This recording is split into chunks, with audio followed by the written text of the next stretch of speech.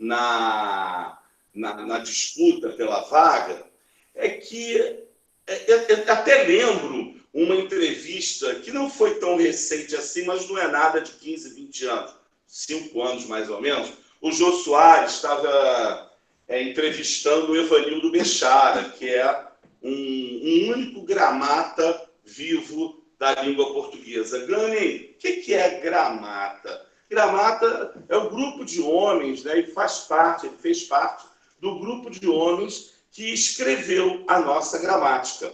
Ter um livro de língua portuguesa é uma coisa, ter uma apostila de língua portuguesa é uma coisa. A gramática que canta as regras foi escrita e ele foi um dos homens que escreveu. E o Jô Soares tinha uma gramática antiga ao lado dele, do próprio Bechara, que estava lá presente, e tinha uma gramática que o Bechara estava lançando naquela ocasião. Foi até lançada na Bienal e tal.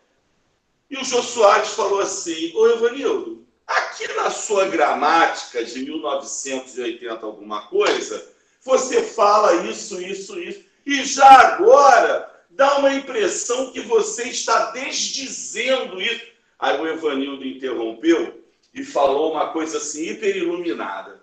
Ele disse assim: Jô, parou, nós estamos falando de língua. Língua é um processo de evolução contínuo, constante. Ela caminha o tempo todo, né? Vocês vejam, eu mesmo sempre dizia, não, eu não vou ceder a essa linguagem da internet. Hoje eu já cedia. E hoje vocês vejam, quando a gente fala de gênero, né, o Facebook já entrou para a relação dos gêneros. Gani, o que é gênero? Então vamos começar a nossa aula. Primeiro eu vou dar uma palhinha sobre literatura, que é algo mais rápido da gente falar e vai ser hiper necessária na resolução dessas questões. Né? Se você lembrar, e você vai lembrar, primeiro ano, segundo ano do médio, terceiro ano, pré, o que você estuda em literatura? Você começa com figuras de palavra, pensamento, linguagem, não entra necessariamente em figuras de sintaxe, né? Você vai para funções da linguagem. Vamos dar uma paradinha aqui. Figuras, né? A gente vai falar dessa polissemia que as palavras assumem. Gani, polissemia.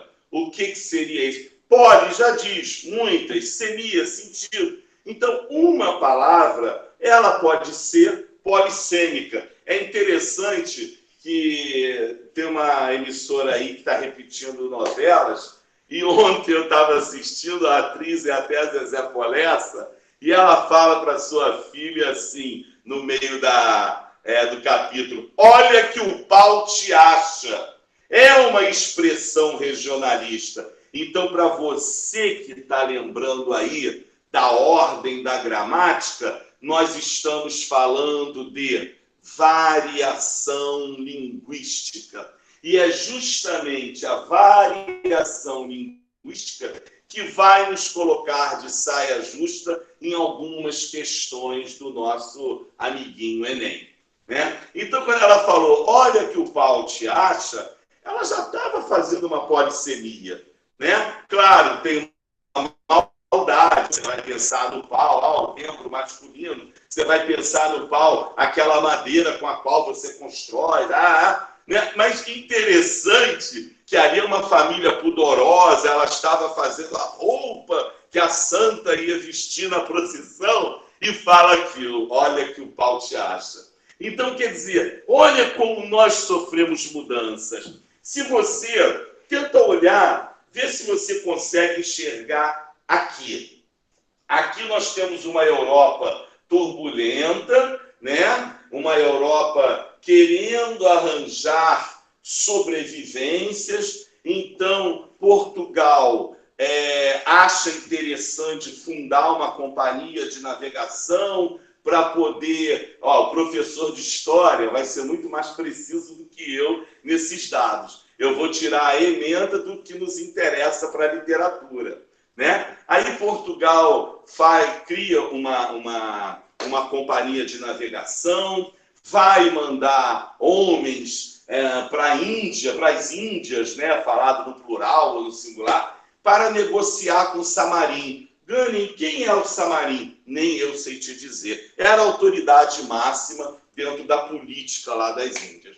E aconteceu, o que vocês aprenderam na aula de história, que Cabral acabou chegando ao Brasil, né? Os ventos reinantes na costa mudaram, depois foi a estiagem, 7 dias. Agora, a minha preocupação de falar tudo isso é que existem alguns termos que eles aparecem no Enem, e quando eu leio a questão depois que vocês fazem a prova, eu fico assim, meu Deus, eles se enrolaram aqui, mas com certeza isso aqui foi dado. Neurose de qualquer professor, especialmente nós que somos da rede particular de ensino, e vocês têm o privilégio de poder estudar numa rede particular, porque nós vendemos educação.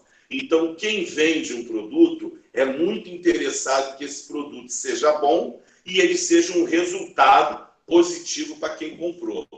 Então, voltando lá, com a chegada de Cabral ao Brasil, nós tivemos o quê? O primeiro momento, o encontro dos portugueses com os habitantes da terra. E há mais ou menos 3 anos atrás, a PUC, numa discursiva, a PUC do Rio de Janeiro, perguntou assim, quais os 3 maiores problemas que o Brasil enfrenta desde a sua descoberta? E tinha lá um texto orientador que a resposta sairia o seguinte, os 3 maiores problemas que o Brasil enfrenta desde a sua descoberta são a grande extensão do território nacional, a influência da igreja no comando da política e o controle da nossa língua. Porque o início não era facultado a todos os brasileiros poderem estudar a língua portuguesa. Gânin, e o que isso tem a ver? Aquilo que não pode ser estudado não é normatizado, não é escolarizado. Então, olha para a mão do Gânin, vai saindo assim, ó. Eu acho que isso aqui está certo, eu acho que isso aqui está certo, vamos por ali, vamos por lá. E foi justamente isso que causou esse problema todo à nossa língua. Ela recebeu influências, ideias e propostas de vários lados, e hoje a gente até, algumas já foram oficializadas, algumas propostas. Quais, Gânin? Quando a gente fala de neologismo, quando a gente fala de estrangeirismo, quando a gente fala de... quando você tem um texto de termos catafóricos, termos anafóricos, olha, eu tenho 1h20. Eu estou mexendo na roseira e você deve já começar a anotar aquilo que você precisa depois dar uma olhadinha. Se durante a aula for pertinente, você entra aí no chat, me pergunta, que eu não vou deixar você sem resposta. Tá legal? Então, voltando, a gente tem aquele início lá, a literatura de informação, né? A chegada dos portugueses ao Brasil, o encontro com os habitantes da terra, né? A carta de Pero Vaz ao rei Dom Manuel, informando sobre as terras recém-descobertas. Isso aí, vocês imaginem, hoje passaria-se um e-mail, né? Olha, Dom Manuel, achamos o Brasil. Não, a carta, na realidade, ela foi um diário. Gânin, aparece no Enem? Já apareceu. Chamado quinhentismo. Gânin, quinhentismo é literatura informativa? Aí é que entra a variação da nomenclatura dos temas. Sim, quinhentismo pega o período da literatura informativa, pega o período da literatura jesuítica, né? E faz aquela arrancada. Outro termo também que tem confundido e aparece no Enem é assim, no período da literatura nacional, que é iniciado com o romantismo, Gânin, então os movimentos que vieram antes do romantismo não são nacionais? Calma, são nacionais, mas eram de um Brasil colônia. Então, vamos trocar esses nacionais por brasileiros, mas não tinham ainda um perfil totalmente nosso. Então, nós vamos guardar o que a gente vai tirar desse bate-papo inicial. Quientismo, literatura informativa, literatura jesuítica. Barroco e arcadismo, olha para cá, período colonial. Romantismo em diante, eu até me atreveria, mas só os alunos do SEDA que vão ouvir isso, eu até me atreveria a falar que existiu sim um período pré-romantista, embora os livros não falem isso. Já já eu explico. Então, a gente vem com a literatura informativa. O Gani, é porque apareceu literatura dos viajantes. É literatura informativa. Gani, é porque apareceu textos dos piratas. É literatura informativa. Gani, é porque apareceu textos do achamento. É literatura informativa. E o Enem tem variado nessas nomenclaturas. E você não pode balançar, porque você agora vai ficar atento. O período da literatura jesuítica, ele é explicado por alguns autores, né? Contesta-se, mas eu vou jogar para vocês porque a gente está espalhando aí possibilidades de entendimento. Tem uma parte da carta que o Pero Vaz fala assim para o rei Dom Manuel.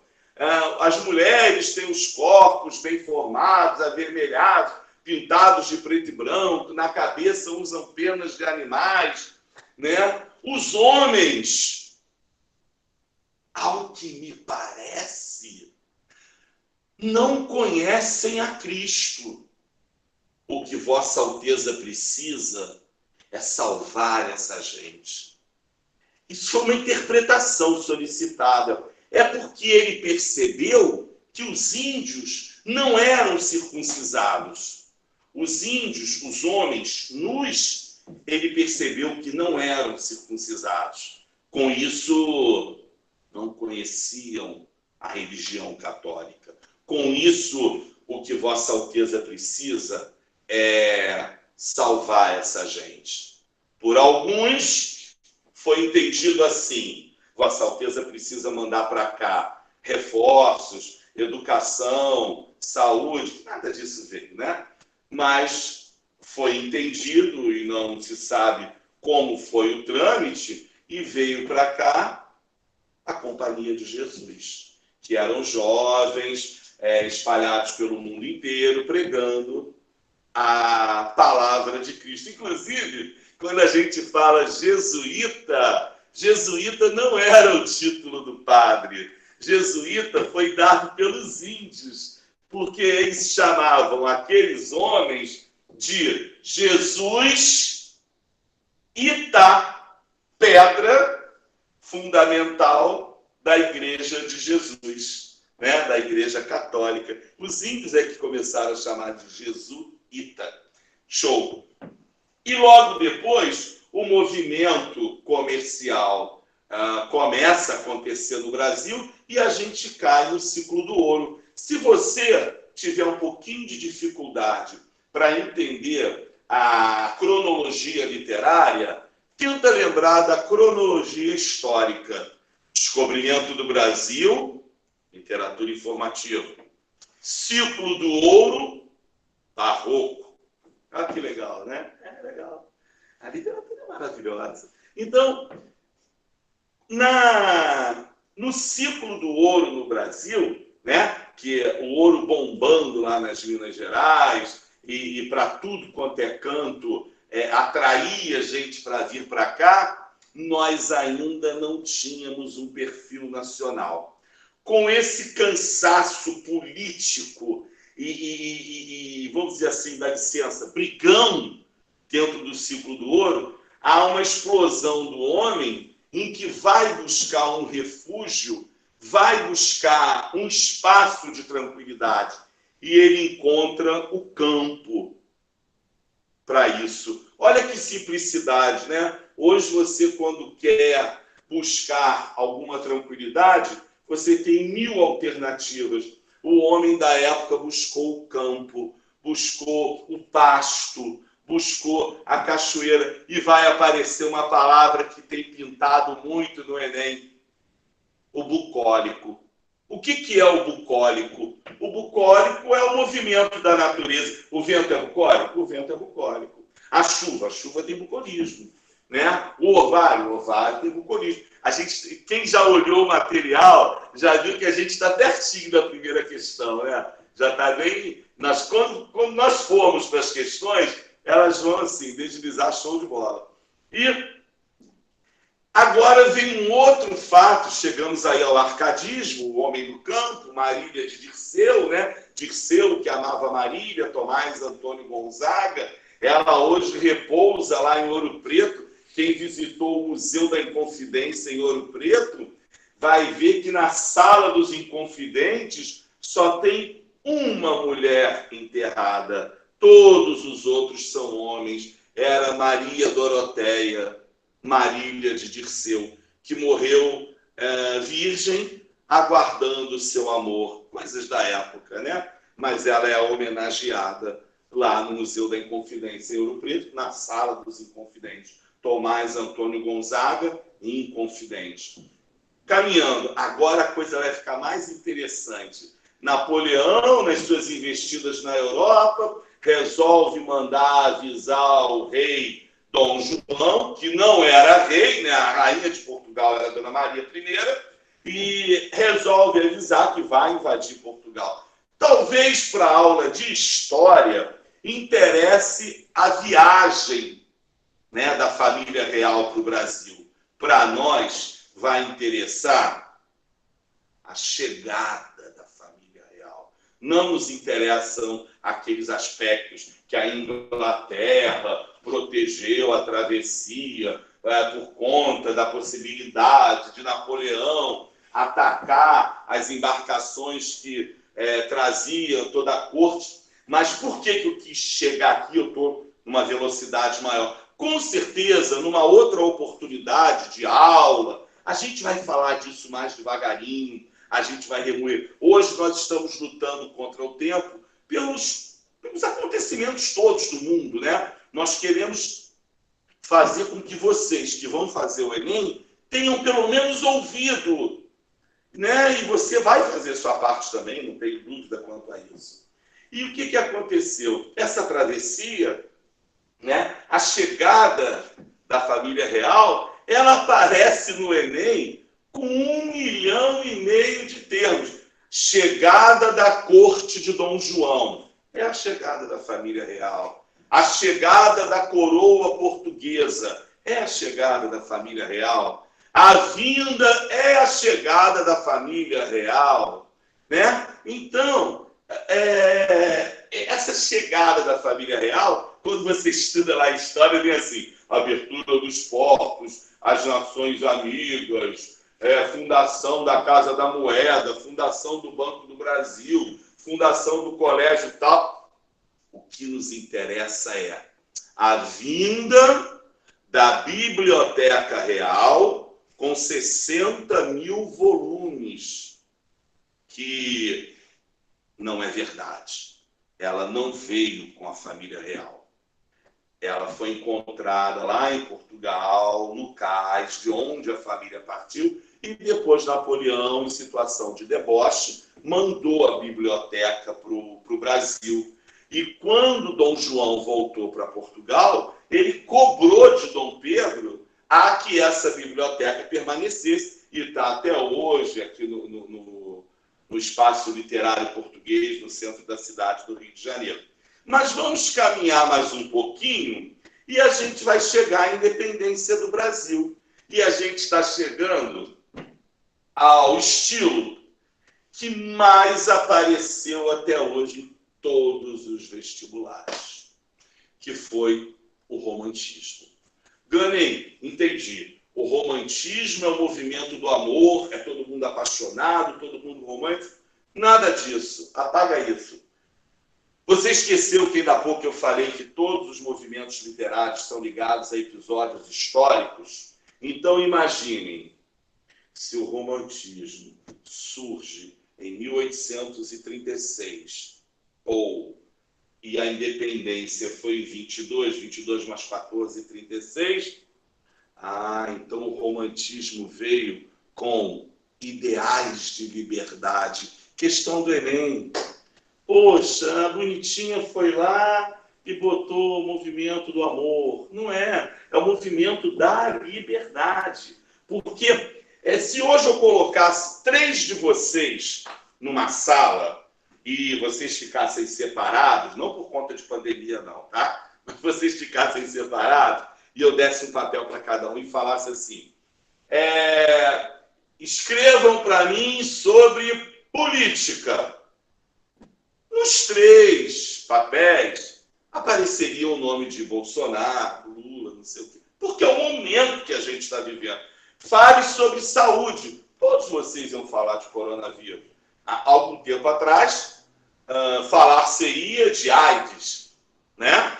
E o que aconteceu naquela época? Falava-se de liberdade, né? O romantismo foi o movimento da liberdade. E interessante que o autor romântico que mais apareceu no Enem até hoje, ele é cronista, ele não é necessário, não, ele não é poeta. Por que eu ia falar necessariamente? Porque vai ter sempre alguém que vai levantar o braço e vai dizer assim, é porque eu conheço uma poesia do José de Alencar. José de Alencar, ele se destacou na narrativa romântica. E ele aparece em todos os tipos de narrativa romântica. A narrativa regional, a narrativa rural, a narrativa social, a narrativa regionalista. Ele bomba. E ele tem um destaque danado quando vem o romantismo prosa. Gunning, eu tenho uma dúvida. Prosa, poesia. Você não vai ter mais essa dúvida, né? Prosa é narrativa. Só para você entender, você estudou isso com a tia Loló no 6º ano. O que é narração? O que é descrição? A narração, ela tem um movimento. A descrição não. Olha para mim. Na descrição você tira uma foto e revela essa foto com palavras. É bonita, é alta, é aluna, é uma jovem, mora aqui, é casada, tem filhos. Ué, Ganin, eu estou percebendo que você está usando o verbo todo num tempo só. Sim, a descrição, ela é parada. Eu já estou falando aqui de outra questão que nós vamos resolver lá. Já a narração, não. A narração, ela é uma sequência de fatos. Andou, chegou, olhou, procurara, pensou, viria a pensar. Então, o romantismo, né, que acontece depois da independência do Brasil, ninguém perguntou até agora. Por isso que a partir do romantismo nós temos o movimento nacional literário. Ali acabou o movimento colonial. O Brasil não era mais uma colônia de Portugal, não foi Dom Pedro que assinou a independência, foi Dona Leopoldina, no dia 5 de setembro, mandou o documento para ele estava em São Paulo, no dia 7, tal, pá. Né? Eu sei que se tivesse um professor de história aqui, já ia levantar o braço e o debate ia começar. Mas eu me pauto na literatura. A literatura se pauta nas cartas, nos diários, né? E a gente vai defender isso sempre, desde que com coerência, respeito e firmeza. Muito bem.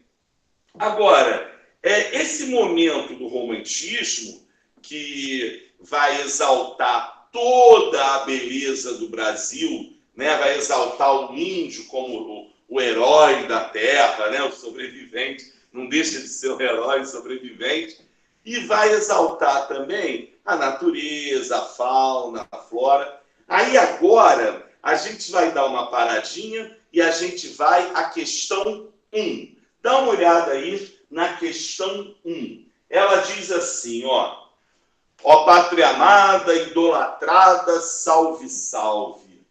Brasil de amor eterno, seja símbolo. O lábaro que ostentas, estrelado, e diga o verde louro dessa flâmula, paz no futuro e glória no passado. Mas se ergues da justiça clava forte, verás que o filho teu não foge à luta, nem teme quem te adora a própria morte. Terra adorada. Olha aí, deu para sacar? Deu para sacar que o cara explode aí com o romantismo? Né? Verás que o filho teu não vai deixar ninguém te invadir. Terra adorada, nós somos teus filhos. É uma declaração puramente romantista e não tem necessariamente um homem e uma mulher se beijando e um coração cor-de-rosa em volta. Nada a ver. Né? És tu, Brasil, ó pátria amada, dos filhos deste solo és mãe gentil. Pátria amada, Brasil. É um fragmento do nosso hino, né? Do hino nacional brasileiro. Aí a banca, ela vem e aborda, quem lembra do primeiro capítulo que você estudou no primeiro ano do ensino médio, né? Quando você estudou variações linguísticas, lembra? Língua formal, linguagem informal, norma culta, né? Gíria. A banca pede o seguinte: o uso da norma padrão na letra do hino nacional do Brasil é justificado por tratar-se de uma... Pois é, gente. Olha só, vamos agora rapidamente falar do TRI, né? A técnica de resposta ao item. O que seria isso, técnica de resposta ao item? Ah, Gunning, eu decorei todas as habilidades... Não. Eu não quero agora nomenclaturas teóricas. Eu quero que você perceba, através de uma sutileza da banca, o que ela pede. Ela está pedindo que você justifique por que dessa linguagem tão formal, né, na composição do hino nacional brasileiro. Que podia ser, né? Precisei de roupa nova, sem prova de salário, combinando um pagode. Não, é o hino nacional brasileiro. Então, vamos justificar por que foi feita dessa maneira? Vamos lá. Referência de um povo a seu país. Muito bem. Começamos a lidar aqui com outro problema. Nós temos as boas e temos a melhor. Obviamente, quem escreveu o hino estava fazendo uma reverência ao país. Estava. Mas não foi o povo que escreveu, né? Foi escrito por um poeta, um autor, um eu lírico aconteceu para escrever isso. Reverência de um povo a seu país, gênero solene de característica protocolar. Olha, na relação dos gêneros, que são mais ou menos 106 gêneros, eu não lembro desse gênero aqui, gênero protocolar. Eu lembro do gênero formal, né? Você está numa missa, aí você encontra com um colega. E aí, tudo bem? Manda lá, qual foi? Qual é a boa hoje, depois da missa? O que vai rolar? No final da missa, você vai falar com o padre, ou no final do culto, você vai falar com o pastor. Boa noite, prazer vê-lo, até domingo que vem. Né? A gente faz a nuance. O nome disso é próprio na prática de variação linguística. Né? Gunning, o palavrão é uma variação linguística? Não. O palavrão ele é uma impropriedade da língua. E quando o poeta comete erros quando escreve uma música?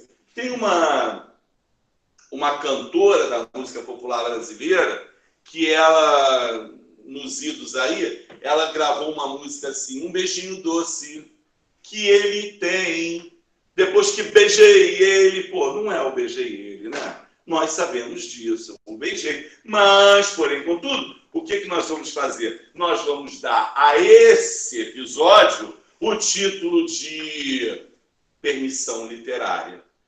Gunning, eu estou ficando maluco. Você está falando tanta coisa para eu poder mergulhar nessas questões? Sim. Infelizmente, nós não tivemos o ano todo aqui para a gente poder digerir bem isso, né? Nós estamos aí lutando, correndo contra o tempo. Mas você tem que ter esse acúmulo de informações para poder entender. Não vejo assim... aqui no hino eu não vejo uma impropriedade, eu não vejo uma permissão literária, eu vejo uma figura, né? O Brasil é nossa mãe. Aí, né, pode estar dando personificação a alguém, não sei. A gente teria que ver com calma se fosse essa a exigência da banca. Depois vem a letra C. Canção concebida sem interferência da oralidade.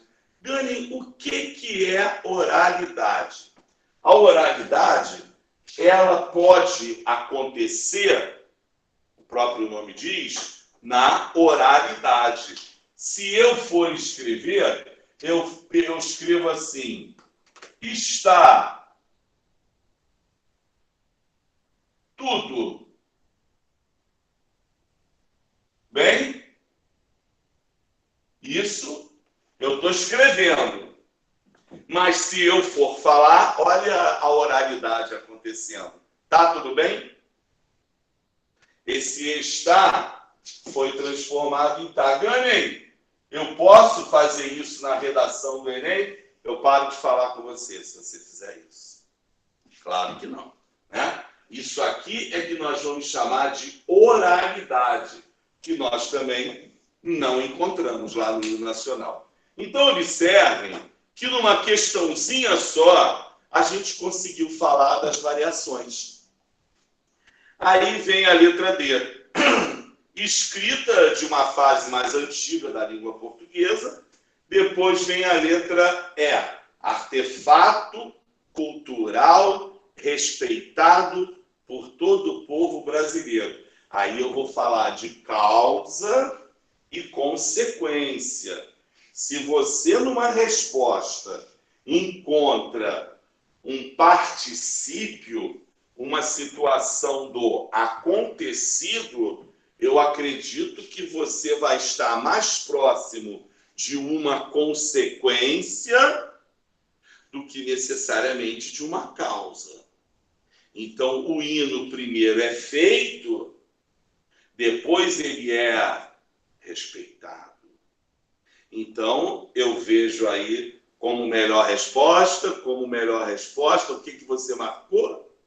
A letra D, né? Porque eu falei para vocês que a literatura, ela tem uma íntima relação com o tempo, né? Que, aliás, eu acabei de falar uma besteira e eu acho que o curso vai puxar a minha orelha. Gunning, literatura não tem tempo. Literatura tem época, né? Então, Gunning, você poderia explicar o que seria tempo e época? Sim, tempo é uma data, né? 7 de setembro de 1822. Época poderia ser um pouco antes da primavera. Tempo poderia ser meio-dia. Época poderia ser a hora do almoço. Inclusive, existem umas correntes que também influenciaram a nossa literatura, que são as correntes lacanianas. Lacan era um psicólogo, né? Renomado, claro, vem junto com Freud, Behavior e tal. Ele falava que o tempo não é tão importante como a época, né? E me veio agora na cabeça alguma possibilidade que às vezes a gente tem. Olha, quem quiser beber uma aguinha, aproveita agora, hein?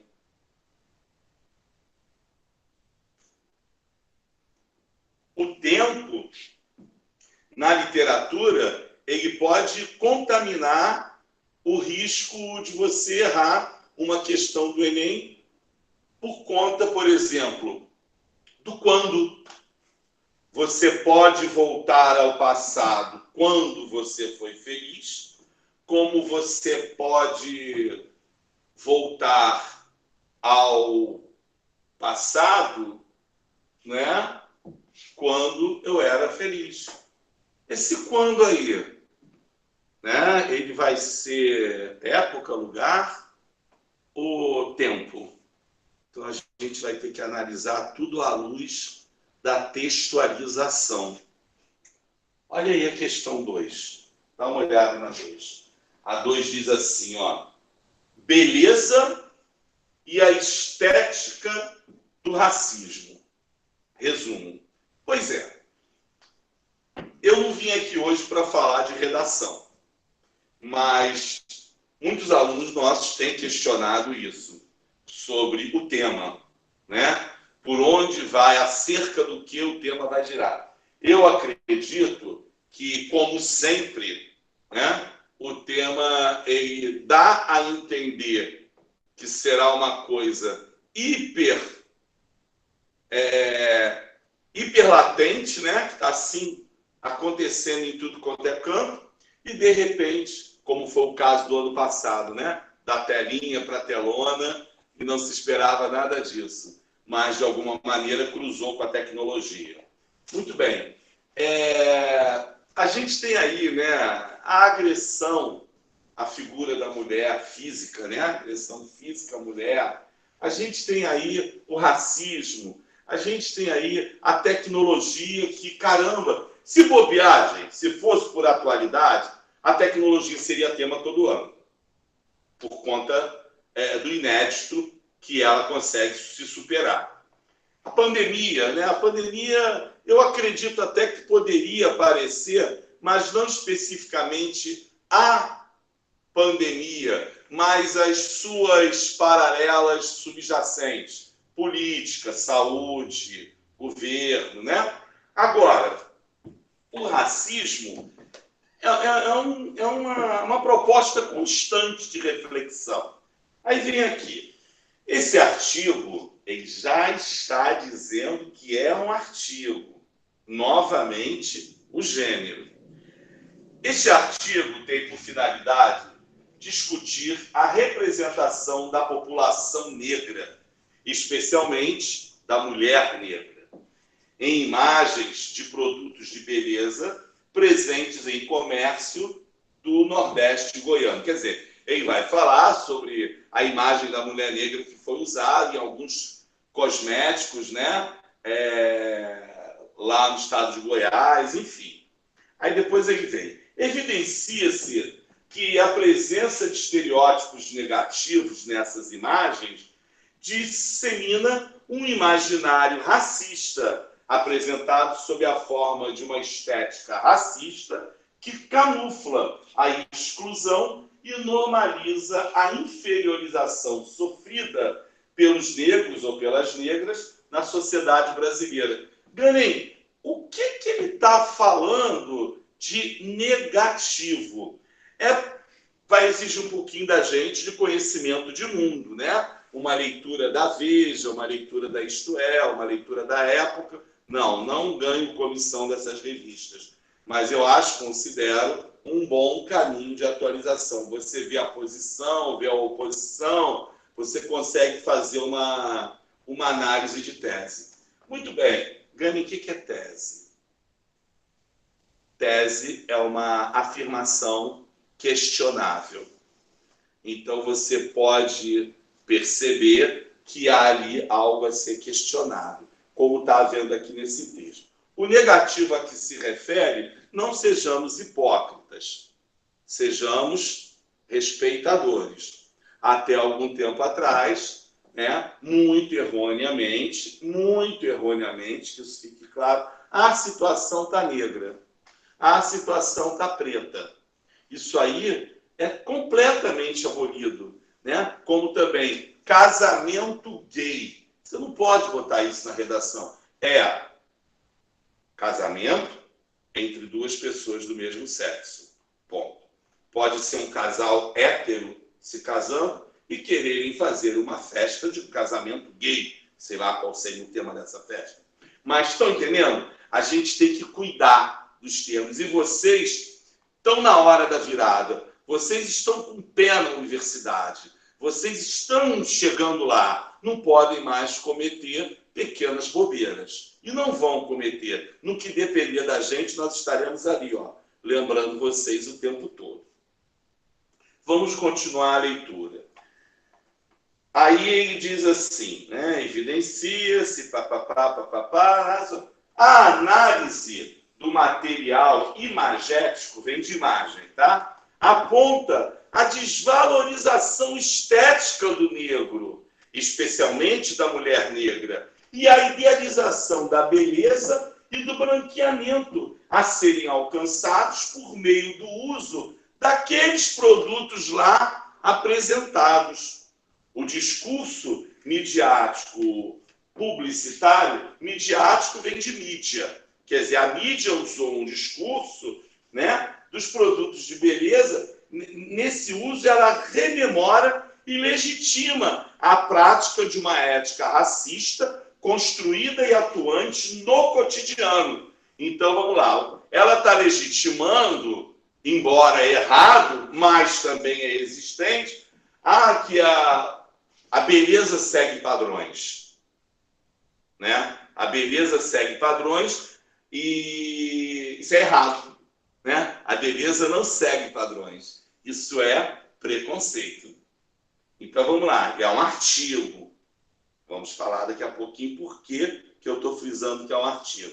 Frente a essa discussão, sugere-se que o trabalho antirracismo, feito nos diversos espaços sociais, considere o uso de estratégias para uma descolonização estética que empobrece os sujeitos negros por meio de sua valorização estética e o protagonismo na construção de uma ética de diversidade. Então, aí ele trocou, ele botou o negro protagonizando uma variação, né, da ética. Olha que legal. Então, o que é um artigo? Um artigo é uma defesa. Ele é argumentativo? Não, ele não é necessariamente argumentativo. Ele é enumerário, né? Então, vem aqui. A banca mesmo, nessa avaliação, a banca mesmo sugeriu que as palavras-chave seriam estética, racismo, mídia, educação, diversidade. O cumprimento da função referencial, Gani, função referencial, dá para você lembrar para mim o que é a função referencial? Claro, as funções da língua. Gani, o que é a função da língua? Amiguinho, função da língua é o que o nome está dizendo. Função. Vamos lá. Isso aqui tem a função de escrever no quadro. Show! Né? Então, qual é a função dessa parte da língua? Então, nós temos a função emotiva, nós temos a função metalinguística, que foi Enem o ano passado, né? Gani, dá para você, então, falar o que foi a função metalinguística? É quando a arte fala da própria arte, né? Quando o tema da poesia, quando o tema da narrativa é a própria arte. Quem é mestre nisso é Carlos Drummond de Andrade, né? Ele fala que as palavras são poemas aguardando a sua criação. Ele está falando da própria arte, né? Alguns sambas enredos, escolas de samba cariocas do Rio de Janeiro, falam, por exemplo, Martinho da Vila falou a grande paixão que foi inspiração do poeta é o enredo. Quer dizer, ele fala da porta-bandeira, que é elemento do desfile de carnaval, e ela foi a musa do poeta na hora de escrever aquele samba. Ele não pegou alguém fora do carnaval. Então, a meta dele foi dentro do próprio campo da linguística usada, né? Das palavras, que seria mesmo seria o campo lexical. Lembra disso? Do campo lexical. Tinha até uma brincadeira que a tia Loló fazia lá no 6º ano. Ela começava sol, aí você ia praia, aí o colega ia barco, o outro ia bola, o outro ia coco gelado, o outro ia jet ski. Esse é o campo lexical. A partir do campo lexical, a gente parte para a semântica. Ganin, o que é semântica? Semântica é interpretação. Semântica é a prática emocional da língua. Olha que bacana. Né? E eu não gosto muito de usar esses termos em aulas, não, sabe? Mas é interessante que todas as vezes que eu antecipo alguma dúvida do aluno, eu antecipo por conta da minha vivência. Né? Eu tinha que sentar calado e eu saí da Universidade Federal e eu não sabia fazer um montão de coisas. Quando eu me via de cara a cara com uma turma, é que eu tinha que lembrar que para analisar uma oração, eu tinha que saber as conjunções, para saber as conjunções, eu tinha que saber morfologia, para saber a morfologia, eu tinha que... Ufa! Né? Então, mas eu vou fazer uma revelação para vocês. Se eu aprendi, qualquer um aprende. Então não tem por que vocês não aprenderem. A gente vai chegar lá com toda essa bagagem. Né? Vamos voltar aqui. Aí ela fala, o cumprimento da função referencial. Gente, a função referencial é aquela que não traz emoção. Ela explica nua e crua aquilo que se propõe. Então, percebeu por que eu disse a anterior que não havia argumentação? Porque a própria banca já está dizendo que é uma função referencial. Não há emoção, não há opinião, não há argumentação. Aí diz assim, o cumprimento da função referencial da linguagem é uma marca característica do gênero resumo de artigo acadêmico. Na estrutura desse texto, essa função é estabelecida pela... Minutinho. Já viram? Não tem como a gente dizer seleção lexical. Não houve metaforização. Figuras? Houve subjetividade? Nenhuma. Foi extremamente pau é pau, pedra é pedra. Não houve nominalização. Não nominalizou nada, não exemplificou ninguém. Foi apenas citando que no estado de Goiás, uma indústria de produtos de beleza botou lá para baixo a figura da mulher ou do homem negro, querendo sobrevaler o seu produto, ao invés de poder fazer daí uma variação, uma diversidade da ética da beleza. Ponto. Foi o que o artigo disse. Né?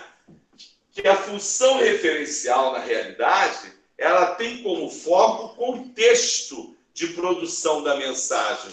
Nós vamos ficar aí bem confortavelmente, não podemos ficar com a B, não podemos ficar com a C, não podemos ficar com a D. A E nem existiu.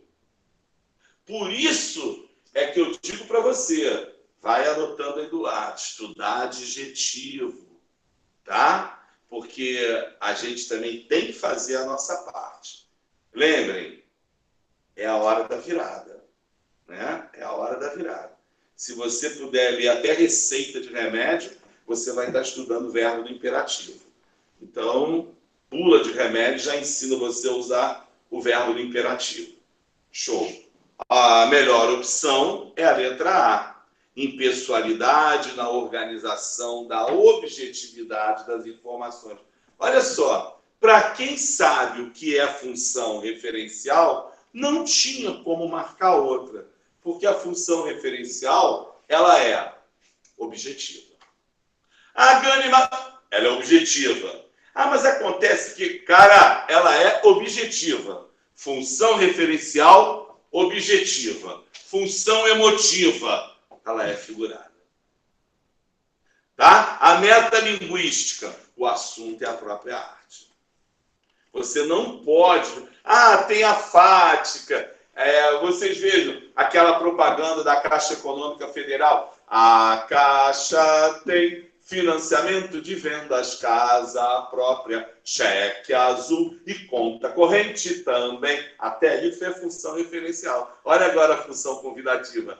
Venha para a Caixa, você também vem. É outra função. Gani, então eu posso ter mais de um... Claro, nenhum texto é puro. Para com isso.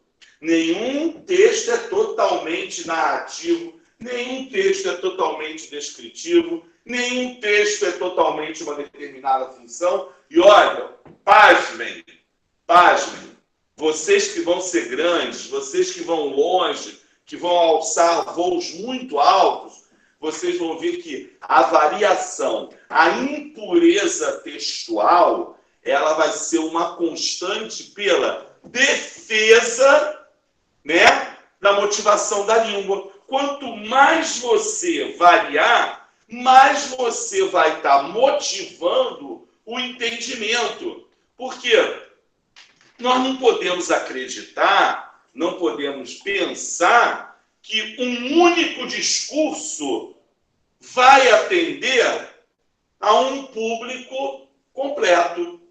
Agora a gente está numa época muito farta, né? Que é a época das eleições. Mas o cara botou a musiquinha, ele é o Leozinho do cemitério. Ele é candidato, o nome dele na candidatura é Leozinho do cemitério. Porque ele está mexendo com a língua, cara. Ele está fazendo uma variação, ele está tentando atingir. Porque o seu público o conhece como Leozinho do cemitério. Vamos agora aí a 3. Olha, eu amei essa questão, eu fiz uma triagem para vocês, eu amei essa questão. Ela diz assim, aqueles que pensam que não tem tempo para fazer exercício, mais cedo ou mais tarde serão obrigados a ter tempo para doenças. Também vocês não vão encontrar em livro algum. O aluno do SEDA hoje está tendo a oportunidade de ouvir isso de mim. Nós não vamos categorizar esse anúncio teoricamente pautado numa gramática no livro. Eu vou passar para vocês uma defesa minha. Aqui, gente, é nitidamente um exemplo de semântica textual. Gani, o que seria semântica textual? É que ele fala que você que não pensa em fazer exercícios agora, porque não tem tempo, mais cedo ou mais tarde, que são exemplos de tempo. Olha que legal! A língua portuguesa é linda, cara. Mais cedo ou mais tarde são exemplos de tempo. Aí ele diz, mais cedo ou mais tarde, você vai ver que você tem tempo para as doenças. Então, quer dizer, tem aí uma riqueza, né? Não, são orgasmos pedagógicos. A gente começa aqui, não vai parar, né? Esse anúncio foi muito bem elaborado, né? Não é a minha área, eu não sou de publicidade, mas meus efusivos aplausos. Aí vamos lá. Aí vem o texto 2. Gani, essa charge foi chamada de texto. Sim, gente. O Enem, se você pegar lá, né, no edital, se você pegar lá nas entrelinhas, vai estar escrito linguagem falada, linguagem não falada, texto com presença textual, pretexto sem a presença textual, só imagens, né? Então, é o texto 1 esse aqui. Texto 2.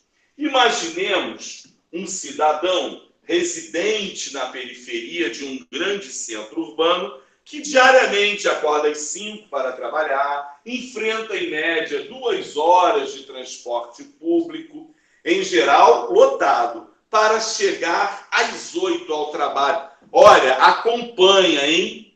Acompanha aí o que eu estou lendo. Não fica desviando o pensamento, não. Lembre que é a hora da virada. A gente tem que chegar lá, hein? Termina o expediente às 17 e chega em casa às 19.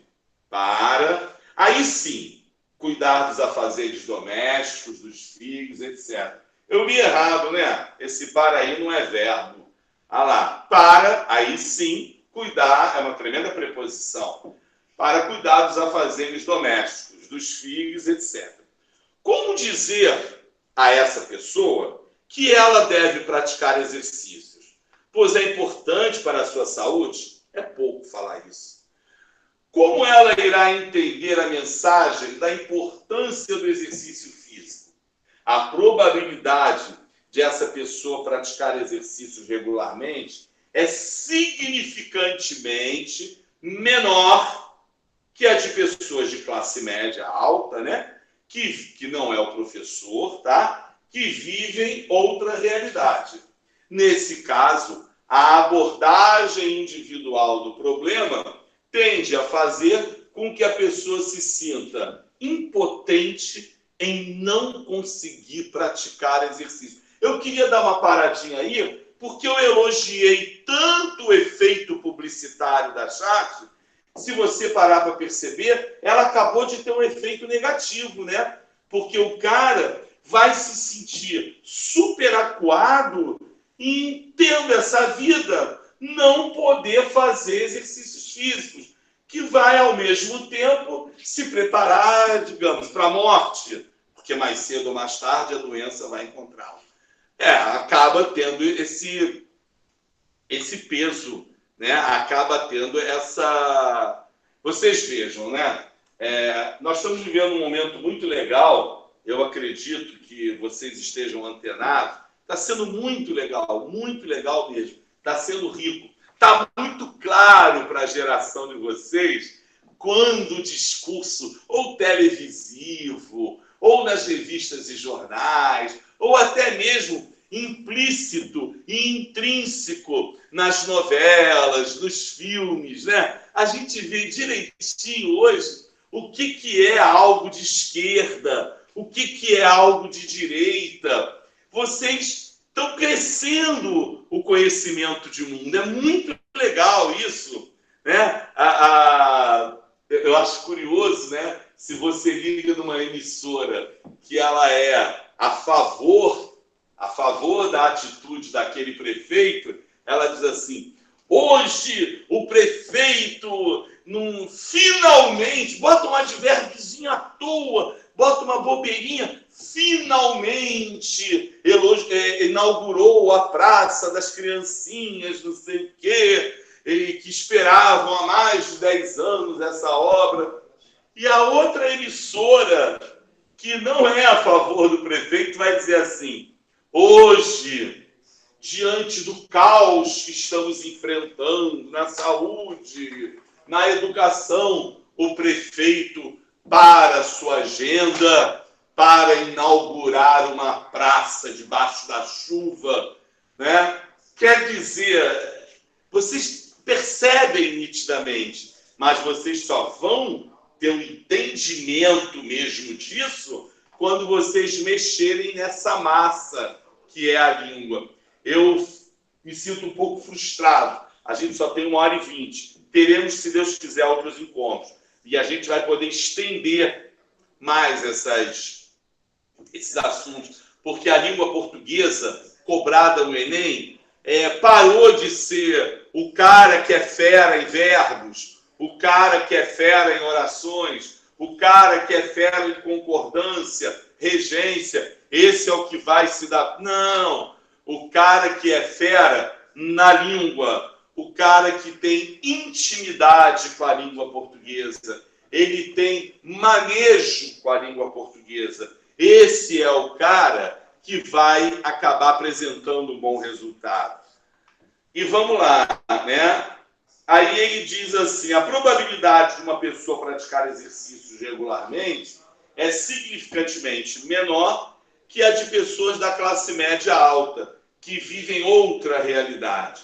Nesse caso, a abordagem individual do problema tende a fazer com que a pessoa se sinta impotente em não conseguir. Troca aí! Troca! Troca esse praticar exercícios. A pessoa não se sinta potente para conseguir se salvar. Né? Um peso que teve isso. E vamos lá ver o que a banca pede da gente. A banca pede o seguinte. O segundo texto, que propõe uma reflexão, né? Propôs sobre a realidade, né? O cara que acorda cedo, pá, e tal, e corre, pô, esse cara não pratica, esse cara não tem uma visão de movimento, né?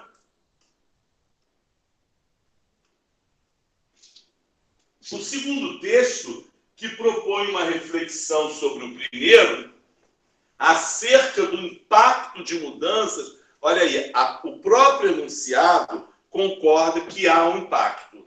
Eu, Gunning, não gostei daquele finalzinho. Eu achei que botou a classe trabalhadora, a classe média, o texto botou a classe média muito lá embaixo, né? O cara que não vai ter tempo de praticar exercícios, se prepare para encontrar a doença. Horrível isso. Mas vamos ver o que a banca pede. A opinião, a sua opinião, ela é muito importante na decisão das questões. Você não pode achar o tempo todo, isso acontece muito, que você vai estar sendo traído pela facilidade da questão. Normalmente, ela é realmente aquilo que você está vendo. A indução ao erro, ela não acontece na proposta, no enunciado, perdão. Ela acontece na oferta. A oferta é que vai te induzir ao erro. Agora, ali está claro, né? Não chegamos ainda nas ofertas, mas nós já falamos que a gente pode ter uma ideia negativa do cara que não pôde fazer exercício, ou uma ideia positiva da pessoa que, mesmo diante de uma vida turbulenta, consegue tempo para exercício. O segundo texto, que propõe uma reflexão, aí ele fez uma adjetiva, né? O segundo texto, o qual... Tremenda adjetiva aí. Então, ainda estamos falando do segundo texto. Propõe uma reflexão sobre o primeiro, acerca do impacto, aí a reflexão que é acerca do impacto de mudanças no estilo da vida, na saúde, com isso apresentam uma visão. Vocês já perceberam que as questões do Enem, elas não são marque a resposta certa? Dá uma olhada rápida aí. Está percebendo? Pois é, não é marque a resposta certa, como também não tem esse tipo de questão. Todas abaixo estão corretas, exceto, não vai ter esse tipo de questão. Olha que legal.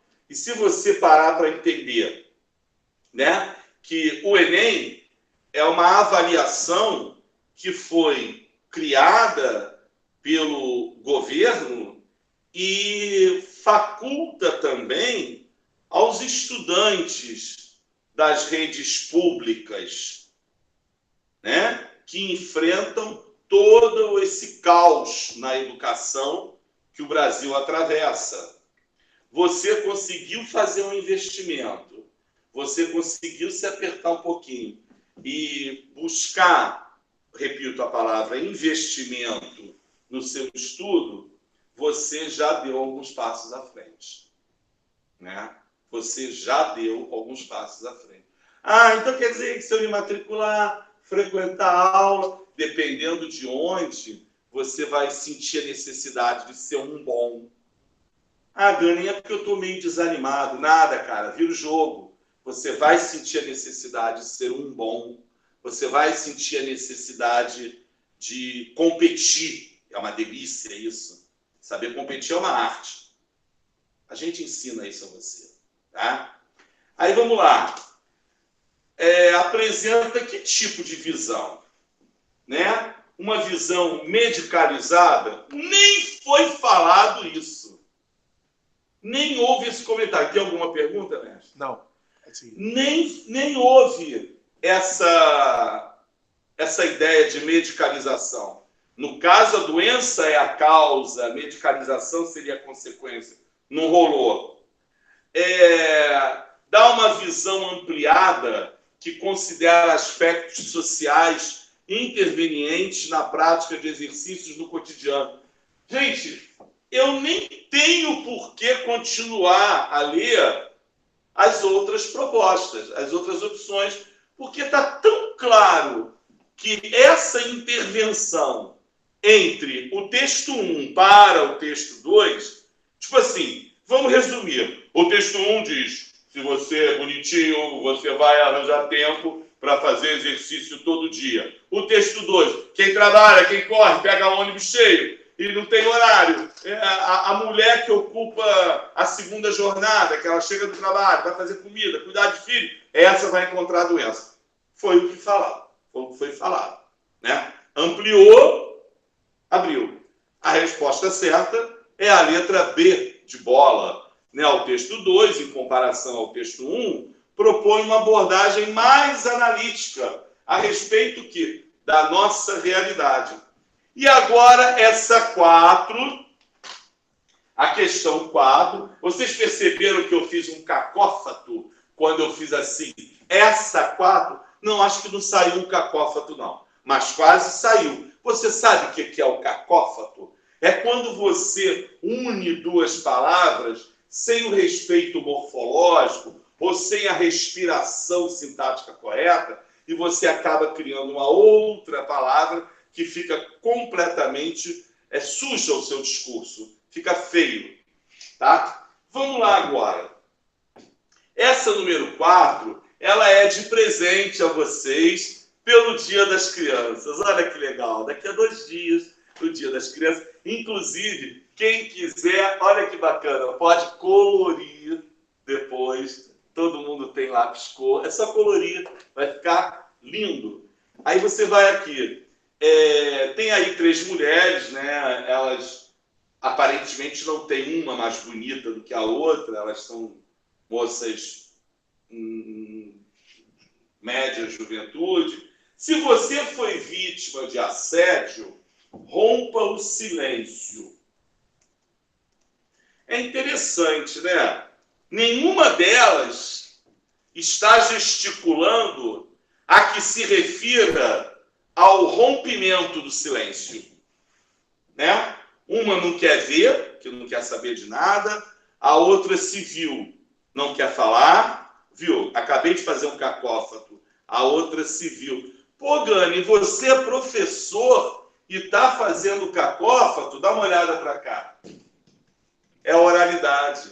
A gente acaba sendo vítima disso. Passem a observar aqueles repórteres de manhã, naquele Bom Dia Rio, quando eles fazem chamadas da porta do hospital, da porta do... eu sei que ninguém assiste a Globo, né? Eu não assisto o Globo. Tá bom, não tem problema não. No canal que você assiste, passe a observar os repórteres que fazem as chamadas ao vivo, como eles cometem cacófatos, deslizes de concordância entre plural e singular, né?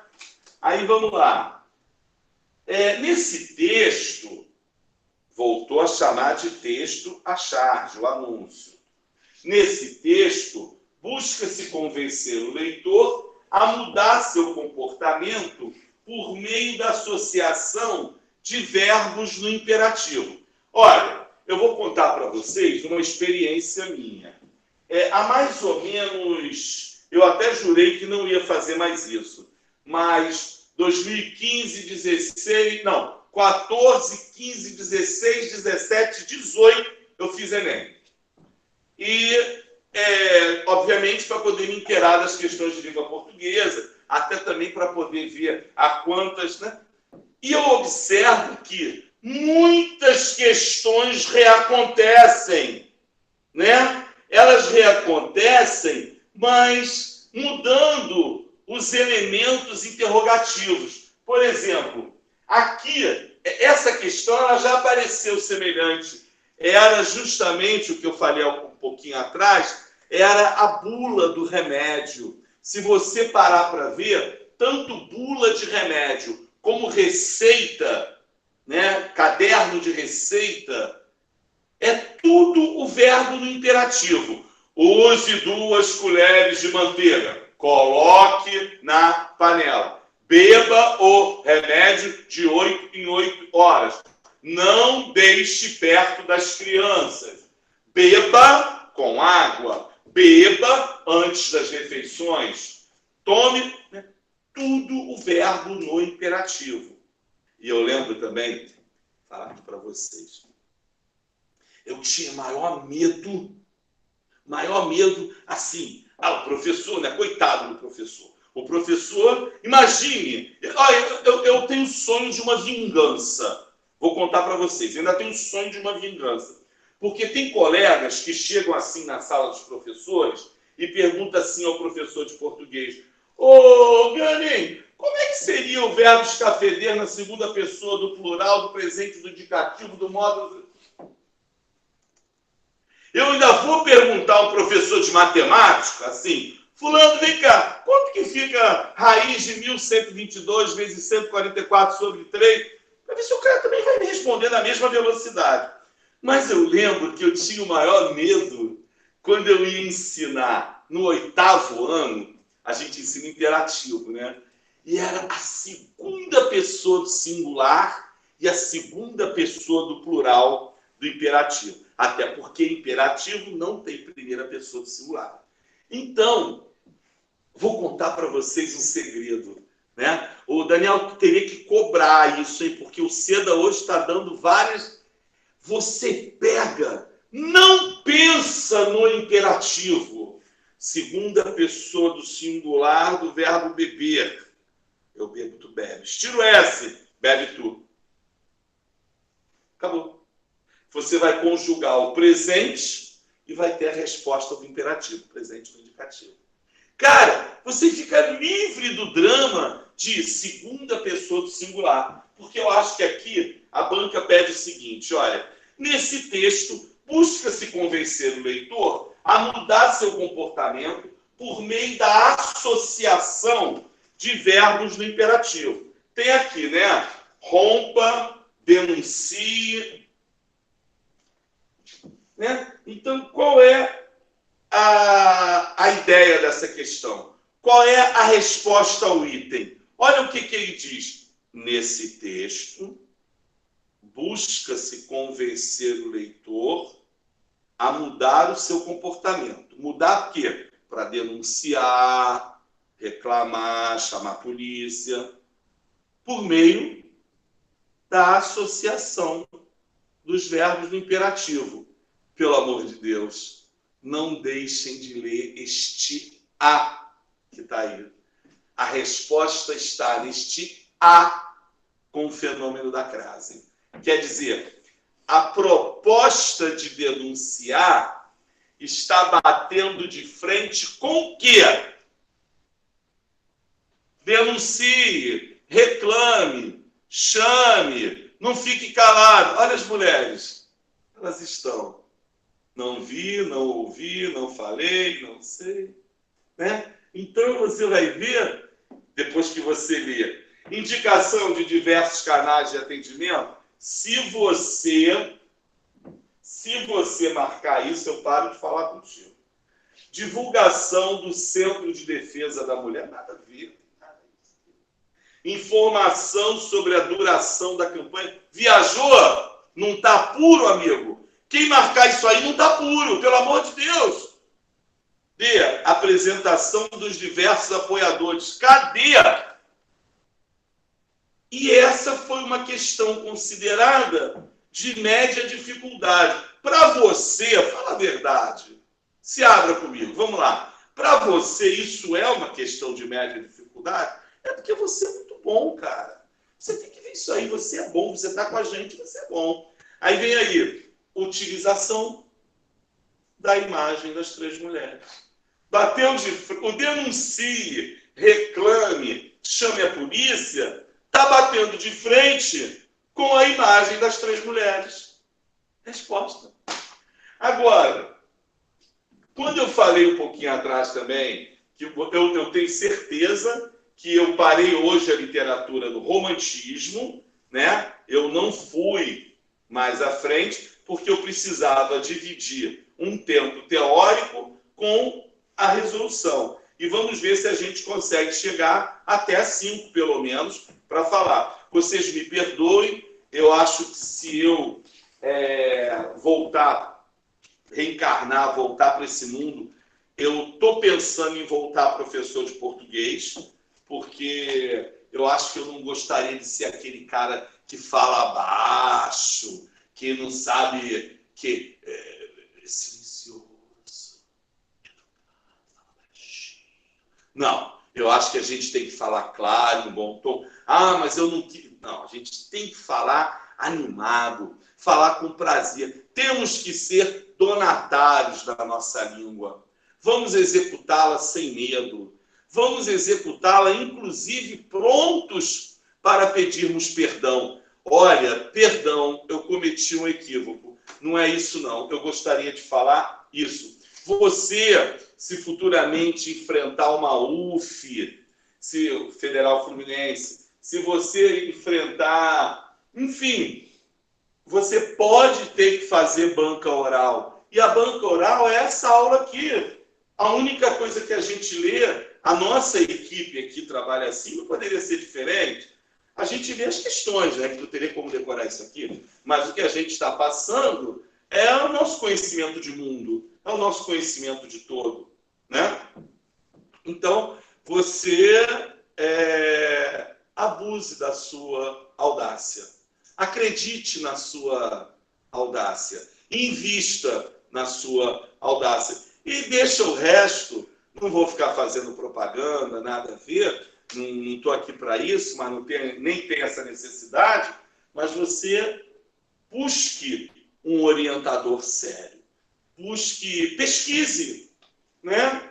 Pesquise um orientador sério, um curso que te garante, porque quem cursar o ensino médio é um fato. O terceiro ano do ensino médio, qualquer que seja o colégio, público ou particular, não faz uma preparação específica do terceiro ano. Não faz. Terceiro ano é uma proposta individual. Terceiro ano é uma proposta específica. Nós hoje vivemos um mundo, se prepare para o UERJ, se prepare para a Unicamp, se prepare para a FUVEST, se prepare para o Enem, e a gente passa, a partir de agosto começa a loucura da vida dos professores. É projeto, porque a gente quer preparar vocês.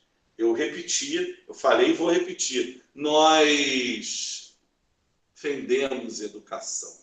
Educação é o produto que a gente tem para vender. E é um produto que a nossa garantia é para a vida toda. Então você pode voltar falando, pô, Gunning, você não falou isso aqui, hein? Não rola, né? A gente tem que chegar junto. Número 5. Posso tentar fazer a 5? Tem um tempinho para fazer a 5, mestre? Tem. Vamos lá. Certa vez, Graciliano Ramos. Oh, Graciliano. É Graciliano? Deixa eu ver. Posso ter dado uma fura agora. Eu acho que é o Infância de Graciliano Ramos. Deixa eu ver. Infância, Graciliano Ramos, modernista. Ele é uma delícia. Autor de Vidas Secas, São Bernardo. Amigo de José J. Veiga. Participou de N livros do José, A Sombra dos Reis Barbudos, Os Cavalinhos de Plata, A Fabulosa Máquina Extraviada, A Hora dos Ruminantes, De Jogos e Festas. Nossa, como ele participou! Ele deu um show. Os Cavalinhos de Plata já apareceram no Enem, A Fabulosa Máquina Extraviada já apareceu no Enem, De Jogos e Festas já apareceu no Enem. Claro que vai dar tempo, mas você deveria ter lido mais no primeiro ano, no segundo. E quem vai fazer Enem estando no segundo ano, olha aí, dá tempo ainda de ler mais, tá? O Graciliano, essa riqueza, ele conta assim, ó. Certa vez, minha mãe surrou-me com uma corda nodosa. Nodosa quer dizer com nós, que me pintou as costas de manchas sangrentas. Moído, virando a cabeça com dificuldade, eu distinguia nas costelas grandes lanhos vermelhos. Deitaram-me, enrolaram-me em panos molhados. Com água de sal, o nome disso é sinestesia. Ué, Gani, como sinestesia, se não tem aqui o uso de dois sentidos diferentes? Mas é uma ideia semântica. Se você pega alguém que está todo arranhado e enrola na água com sal, essa pessoa vai ter o corpo ardendo. E houve uma discussão na família. Minha avó, que nos visitava, condenou o procedimento da filha. E esta afligiu-se, irritada, ferira-me à toa, sem querer. É mole? Né? Já era agressão à criança. Não guardei ódio à minha mãe. O culpado era o nó. O nó que estava na correia que ele apanhou. Gente, desse bloco, essa foi considerada a questão mais difícil. Tá? Eu estava ansioso por chegar a ela. Vamos ver? Num texto narrativo, eu já falei para você hoje o que é um texto narrativo. É uma sequência de ações. É uma sequência de ações. A descrição é uma sequência de imagens. Num texto narrativo, a sequência dos fatos contribui para a progressão temática. Sem medo. Eu tive uma aluna no ano passado que todas as vezes que eu perguntava, entenderam? Entenderam? Aí ela dizia, Gani, eu entendo. Mas quando chega na hora da prova, você bota a Mafalda, você bota o H, você bota o Cebolinha. Aí eu me enrolo. É a mesma coisa que aconteceu aqui. Para a progressão temática. Troca a progressão temática, troca assim, ó. Num texto narrativo, a sequência dos fatos contribui para o desenvolvimento da história. Progressão temática. Desenvolvimento da história. Ele contou, acabou. Aí a gente vai e se assusta com os termos usados. No fragmento, esse processo da progressão temática, ele é indicado por algum fenômeno, né? Ué, Gani, fenômeno seria o nome? Está em algum livro? Não, não está. Quem está falando sou eu. São fenômenos que acontecem, né? A língua, todo dia. Hoje vai acontecer uma mudança. Você vai lembrar de mim. Você vai falar assim, o Gani falou isso mesmo. Não é que você tem dificuldade para responder o que é, né, uma elipse, por exemplo. Ih, Gani, pelo amor de Deus, não venha com elipse. Aí você chega no shopping, você com a sua amiguinha, pá, né? Aí a sua mãe pergunta, e aí, encontraram o que vocês foram procurar? Aí você responde assim, mãe, eu comprei um tênis. A Bia, um casaco. Elipse. A Bia comprou um casaco, você omitiu. Gani, não seria Zeugma? Peraí, não começa a ser chato, não. Vamos minimizar, porque o excesso de teoria não é sucesso no Enem. O excesso de teoria. Ah, não é sinédrio, que é metonímia. É o excesso de teoria. Vai lá ver, eu não vou falar não. Vai lá ver o que é a sinédrio. Metonímia. Vai lá ver o que é a zeugma. É uma elipse. Só que uma eu ia falar exclui, mas exclui não é a palavra melhor, não. Uma omite um determinado termo. A outra omite um determinado termo que tenha verbo. São elipses, né? Então, vamos concluir aí. Vem assim, num texto narrativo, a sequência dos fatos contribui para a progressão temática. No fragmento, esse processo da progressão temática acontece como? A alternância das pessoas do discurso, né, que determina o foco narrativo? Não, nem houve determinação de foco narrativo. Né? Num outro momento, a gente vai falar sobre foco narrativo. Foco narrativo é uma delícia. Eu tenho medo de falar sobre foco narrativo hoje, que é capaz de todos vocês resolverem fazer letras. Então, vamos lá. Também, se quiserem, eu vou dar estágio a vocês. Alternância, não. B, utilização de formas verbais que marcam tempos narrativos diferentes. Eu quero perguntar uma coisa. Para quem guardou aquele conceito que eu dei sobre narração no início da aula, precisaria ler o restante? Fala a verdade.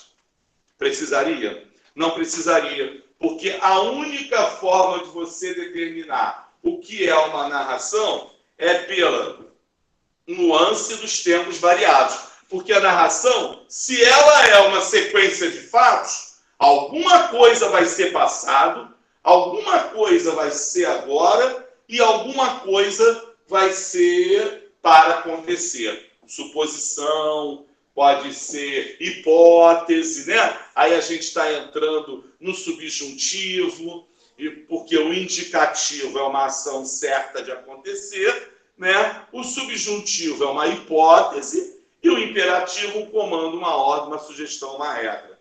Meus queridos, é o seguinte, eu propus aqui 10 questões, mas a nossa proposta, eu quero agradecer ao Seda, na pessoa do professor Daniel, a proposta não era, eu não queria me deter nas questões simplesmente, né? Eu queria ter a oportunidade de fazer de fato uma aula acontecer. Gani, o que é uma aula acontecer? Uma aula acontecer é mais ou menos o seguinte: você chega ao colégio de um jeito e você percebe que você saiu do colégio de outro jeito. Ah, mas isso acontece todo dia? Todo dia. Até insatisfeito. Você pode sair do colégio insatisfeito. É o resultado da sua proposta acontecendo. Então, eu gostaria muito de que, ao término desse nosso encontro, vocês percebessem que algum conceito, alguma ideia, algum pensamento, alguma postura, até mesmo alguma reclamação acontecesse, porque é o movimento da aula. Eu desejo a vocês muito sucesso. Eu espero que nos encontremos outras vezes. Dentro do que eu também pesquisei, acredito que vocês devam fazer isso. O curso Seda é um excelente nome, é o que há de primeiro lugar na região, e que vocês acreditem nessa proposta, sempre cada um fazendo o seu papel. Eu vou com Deus e vocês vão ficar com Ele também. Valeu? Beijo grande para vocês. Valeu, mestre. Agradecer ao professor João aí por dispor do seu sábado, no meio do feriado prolongado. Agradecer vocês também. Cara, muito obrigado mesmo. Hoje foram quase 45 pessoas na sala. E isso motiva a gente a continuar o trabalho, motiva o professor, motiva aos colegas. E a gente está tão perto, a gente já passou por tanta coisa nesse ano. Faltam aí pouco mais de 3 meses para a prova, menos de 3 meses para a prova. Hoje já é dia 10. Então a gente conta com vocês. Vou pegar o feedback da aula, igual o professor, mas eu tenho certeza absoluta que a aula ela tem um feedback positivo. E eu queria de vocês também, se vocês querem que continue esse trabalho aos sábados, porque a gente está fazendo isso daqui de forma gratuita, para que vocês tenham um material para poder estudar, e a gente está sempre trazendo professores de fora do curso, para que vocês tenham uma outra visão também, para que vocês tenham uma outra linguagem, uma outra metodologia, ou seja, para acrescentar tudo aquilo que a gente já vem fazendo ao longo do ano, tá? Obrigado aí pela presença de todos, fiquem com Deus, se cuidem, excelente fim de semana para todo mundo, até a próxima, sábado que vem a gente está de volta. Valeu, tchau, tchau.